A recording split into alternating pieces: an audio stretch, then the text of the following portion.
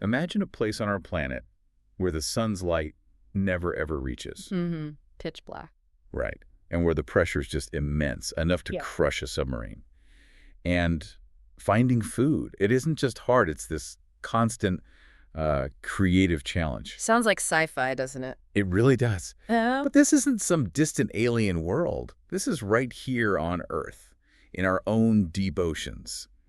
And today, we're taking a deep dive into one of the most, well, astonishing new discoveries from these truly alien-like depths. Yeah, we're talking about creatures that have figured out a way to, believe it or not, farm their food. Farm, like agriculture. Kind of, but not using sunlight like most lice we know. They're using a potent greenhouse gas, methane, that actually leaks right out of the seafloor. Wow. And this isn't just some, quirky little finding. Yeah. It's potentially a profound revelation. It really challenges our basic ideas about energy flow and ecosystems. Mm-hmm. And it even opens up new ways to think about how life could sustain itself in really extreme places, maybe even, beyond Earth. So let's definitely unpack this. You've shared some absolutely mind-blowing sources with us, and our mission today is to pull out those amazing insights.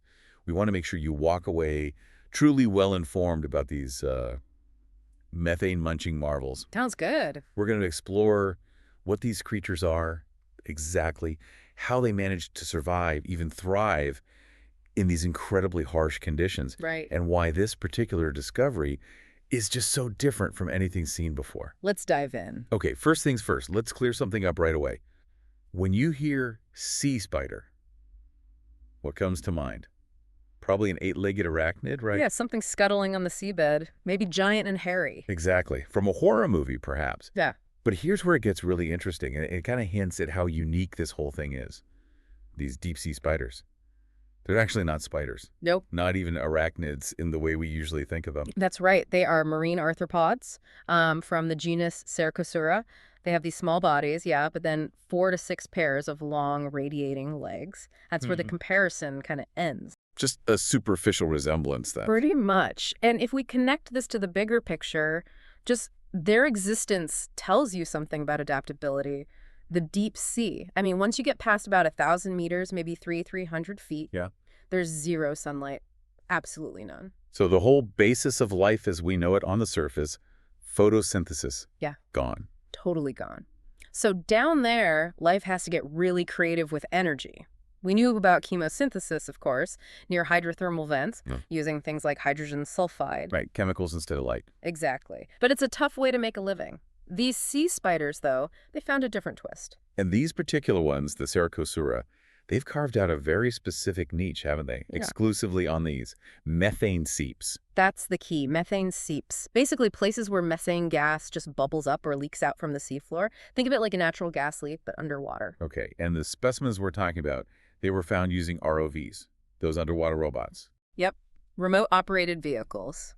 Collected during dives in 2021 and 2023, they found them near 2 seeps off Southern California Palos Verdes, around 400 meters deep, and the Del Mar seep, much deeper, over 1,000 meters.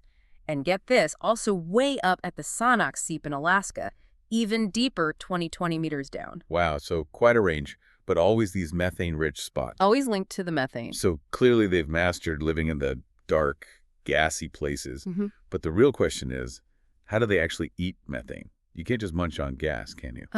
No, you absolutely cannot. And that brings us to the core, the really astonishing part of this discovery. Okay. It's this unique symbiotic relationship they've developed. It essentially lets them farm their food directly on their own bodies. On their bodies, seriously. Seriously. The research team, led by Bianca Dalbo, found these incredibly dense patches, like arrays, of 3 different kinds of bacteria growing right on their exoskeletons. Their outer shells, their skin, basically. Exactly, on their skin. And these aren't just random bacteria hanging out. They're specific types known as methanotrophs. Meaning they eat methane. Precisely. They have this amazing ability to take methane and also methanol, which is derived from methane, and turn it into usable carbon and energy. Okay, wow. And suddenly it clicked. That explained why these sea spiders were always found right near the seeps. They weren't just near their food source, they were literally growing it on themselves, carrying their energy source around. Hold on, think about that. Instead of hunting or filtering, they're just cultivating their food right there. Right there. It's like having your own personal microscopic farm that you take everywhere. Completely self-sufficient. It's an incredible picture, isn't it? And it's not just like, gut bacteria that help digestion like we have. No, this is external. External, cultivate, almost like they're wearing their dinner. It's a stunning adaptation. It really is. But, okay, playing devil's advocate, how did the scientists know for sure the spiders were benefiting? Like actually eating these bacteria? Maybe it was just camouflage or, I don't know, an infection. That's the crucial scientific question, right? And that's where some really elegant lab experiments came in to provide the proof. Okay, how did they do that? They used a technique with carbon isotopes, essentially traceable versions of carbon atoms. They tag methane and carbon dioxide with distinct isotopes. Like putting tiny labels on the molecules. Exactly. Then they exposed the sea spiders to these tagged gases in controlled lab settings, and they could track where those labeled carbon atoms ended up inside the spiders. Ah, follow the carbon. Follow the carbon, and the results, they were incredibly clear. The paper states nearly all sea spider-associated MMO bacterial cells assimilated carbon from either methane or methanol, but not CO2. MMOX. That's the methane-eating enzyme in the bacteria. Right, methane monoxygenase. So the bacteria were definitely munching the methane. But here's the clincher. Within 5 days, sea spider digestive tissues also showed significant incorporation of the label. Meaning the labeled carbon got inside the spider's actual bodies. A phenomenon that could only have occurred via consumption of methane-oxidizing bacteria. Boom! Wow, so they're not just hosting them, they're actively grazing on them, eating their own bacterial farm. Directly demonstrated. Hosting, cultivating, and consuming, it's their primary food source. Yeah. And that discovery right there, that's where this story just gets wild because it really shakes up our understanding of deep-sea survival. Absolutely. So let's unpack that a bit more.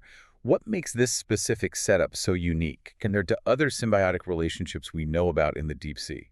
Well, first off, unlike some animals maybe in methane-rich lakes that might ingest methane directly somehow, Right. these sea spiders aren't doing that. They are explicitly cultivating and then consuming the bacteria from their own bodies. It's such an integrated system, very efficient, you'd imagine. Okay. And you mentioned other methane seep animals have bacteria too, like sponges or worms. Yeah, there are other examples of symbiosis around seeds. Certain sea sponges, some worms like sabalids or beard worms, they might host one type of these methane-using bacteria. Mussels might have a different kind. There's even a crab near hydrothermal vents that has a type of bacteria on its shell. Okay, so symbiosis isn't totally new here. No, but here's the kicker, the really unique part. No other single animal species has ever been found hosting all 3 of these specific families of methane and methanol oxidizing bacteria at the same time. All 3. All 3. These sea spiders are the only ones known to do that. It's like they've cornered the market on microbial farming, diversifying their crops in a way nobody else has managed. That is remarkable, a truly specialized symbiosis. Absolutely, but the ingenuity doesn't even stop there. It seems this whole farming strategy, Right. it gets passed down. Passed down. How does that even work? How do the babies get their starter kit of bacteria? That's a fantastic question, isn't it? Especially when you consider the huge distances between those seeps in Alaska and California. Thousands of meters separate some of these populations. Yeah. Yet the bacterial gardens on all the collected spiders were functionally identical. Same types of bacteria doing the same job. Suggests it's not just random pickup from the environment. Exactly. It strongly suggests a very stable way of passing this vital symbiosis on. The researchers suspect the bacteria are actually transmitted from parent to offspring, vertically transferred. Okay, so how? Well, get this. The male sea spiders play a key role. They actually carry and brood the egg sacs. The males do. The males, yeah. For up to 20 days, they carry these egg sacs on special appendages, like little leg bracelets. Ah. And here's the really astonishing part. The scientists looked closely, and even those very young eggs already hosted a similar methane-loving microbiome. No way. So the symbiosis starts literally before they even hatch. It seems like it. The bacteria are likely transferred onto the eggs by the male while he's brooding them. Wow. Imagine hatching with your lunch already growing on you.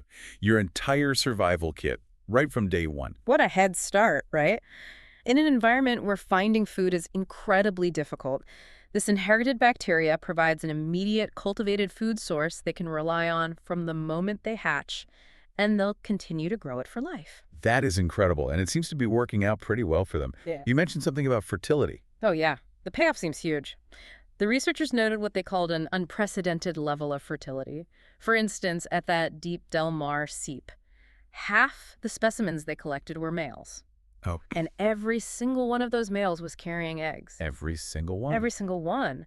That's apparently unheard of for sea spider sightings. Usually it's much rarer to find males carrying eggs. So it strongly suggests this whole methane farming strategy is incredibly successful. It really does. It seems to be paying off big time, allowing for amazing reproductive success, supporting a thriving population in what should be a really challenging food-poor place.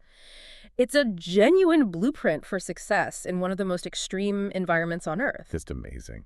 And if you think about the broader implications, this whole discovery is just, well, humbling, isn't it?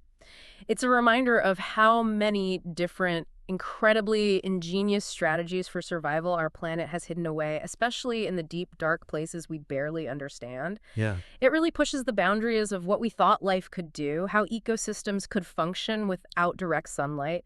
It just underscores the adaptability of life and the sheer power of symbiosis, of cooperation as maybe the ultimate survival tool. It really makes you wonder what else is down there. Absolutely. What other crazy, brilliant solutions are waiting to be found? Okay, so let's recap this deep dive. We learned that sea spiders aren't really spiders. Nope, arthropods. They live in these pitch black, high-pressure methane seeps miles deep in the ocean. They do something unique.